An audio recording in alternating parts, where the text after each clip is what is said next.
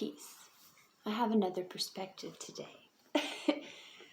I recently observed a situation, and it has to do, and how I'm going to express it is like curse, which it could be, its intention based off of people. Let's say one person hurt a family pretty bad, and someone passed away, and now the whole group of family has resentment, bitterness, and anger towards a certain person that's alive. And you could call that a curse because they're wishing ill and speaking negative and throwing that negative energy and that intention, just zoning in or honing in of how they think about this person.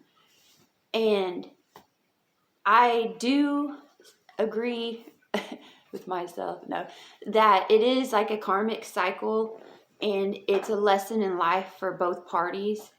But I also observe the hurt, you hold inside, so you're like having chains on the inside, and the other, it's like everyone's in a sense of denial, but everyone has to feel the emotions. And the situation wasn't right, but everything happens for a reason. There's no right or wrong. It's just happens, like, I don't know. But do you observe that in a way of cursing someone is having resentment and bitterness and hateful thoughts and gossiping about somebody? And you're cursing that person, but also you're cursing yourself, because you reap what you sow. The reaper is karma. I think the reaper is just another name for karma, which I like saying reaper too. But we ever observe that? Because I just went through a really intense situation. I actually kept myself outside of the energy because it's nice where I am in my point of life, where I can just observe where everyone is coming from, and I don't have to pick sides.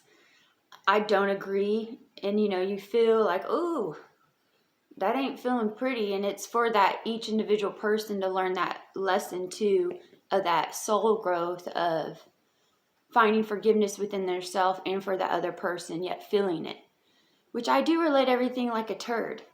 You got it, you got to feel it, you got to push it out, and you're feeling it while you're pushing out.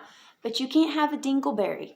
You can't have that turd just hanging around in resentment and bitterness and anger, and just, it's like a dingleberry. You flush it, wipe it off, and then put it in your treasure chest of golden nuggets. But do you see how curses are like dingleberries? But the one, even though the one is hurt, if they keep holding on to it like a dingleberry, I know it's like a string on, a hair or whatever, then they're still going to be feeling it, and they're cursing themselves.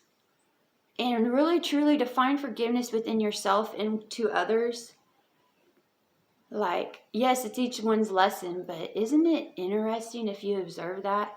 And what if I find amusement in it? If I have, like, I'll have to process it, you got to feel it when you're pushing it out, but I'm like, I ain't having no dingleberries.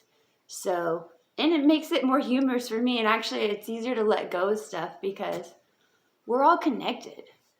So when we grow and heal ourselves inside on an energetic level, I do believe it heals others. And I get everything happens for a reason, and it's meant to be too, but just think about that. Whenever you hold on to that, you have that dingleberry hanging, you're cursing yourself and the other person. That's just another expression, intention. But yeah.